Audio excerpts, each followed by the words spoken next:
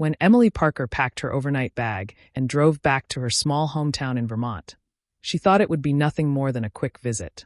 She had been living in Boston for the last 10 years, caught up in the hustle of work deadlines, noisy streets, and an endless cycle of rushing from one commitment to another. The plan was simple: visit her mother for the weekend, have dinner, maybe help with a few household chores, and then return to her city life untouched. She never expected that one visit would stir something in her heart she had been neglecting for years, nor that she would cross paths with someone who would alter her life in the most unexpected way. Emily arrived just before sunset, the warm golden light spilling over the hills she had once taken for granted as a teenager. As she parked in front of her childhood home, she felt a wave of nostalgia. The house stood just as it always had: white shutters, a wraparound porch, and the swing her father had built before he passed away. Inside, her mother, Margaret Parker, greeted her with arms wide open. "Oh, Emily, it's so good to see you," she said, her voice warm with joy. Emily hugged her tightly, realizing how much she had missed the simplicity of home. That evening over dinner, her mother chatted about the neighbors, church gatherings, and the little town updates that Emily rarely paid attention to anymore. But one name caught her ear. "Do you remember Daniel Carter?" Margaret asked with a smile. "He's been helping me with the garden. Such a polite young man." Emily paused. The name felt familiar. Daniel Carter, of course, she remembered. He had been the boy next door when she was younger, a couple of years older, always working with his father fixing up cars in their garage.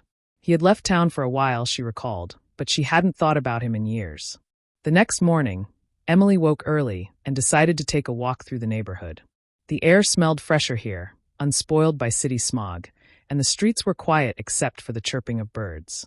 As she rounded the corner of her mother's yard, she saw him, Daniel, standing by the fence with a shovel in hand, his sleeves rolled up and his hair a little messy from the work. He looked up and froze for a second, then smiled. "Emily Parker? Wow, I didn't think I'd see you back here." Her lips curved into a smile of surprise. "Daniel Carter. It's been a long time." They talked for a while, catching up. He explained how he had left town after high school, traveled a bit, tried out life in different cities, and eventually came back to help run his family's small construction business. He admitted he found more peace here than anywhere else. Emily listened, realizing how different his life seemed from her own. Daniel had chosen simplicity and roots, while she had chased ambition and noise. Yet as they spoke, she felt something stir in her, something she hadn't realized was missing. That afternoon, Daniel offered to show her around the new community center he had helped build. Emily agreed, curious to see what had changed in her hometown. As they walked through the small but welcoming building, she noticed how many people greeted him with warmth and familiarity.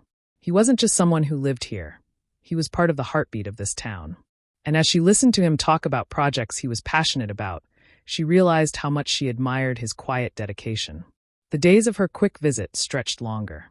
Emily found herself making excuses to spend more time outside, just so she might run into Daniel again. Sometimes they sat on the porch swing at night, talking about their lives.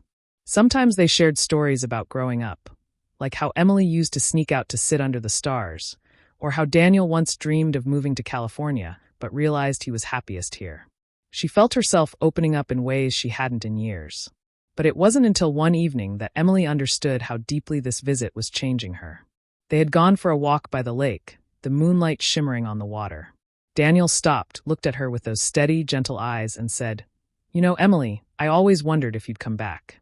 You were always meant for something bigger, but I think part of you belongs here, too." The words touched something inside her, and she realized she was holding her breath.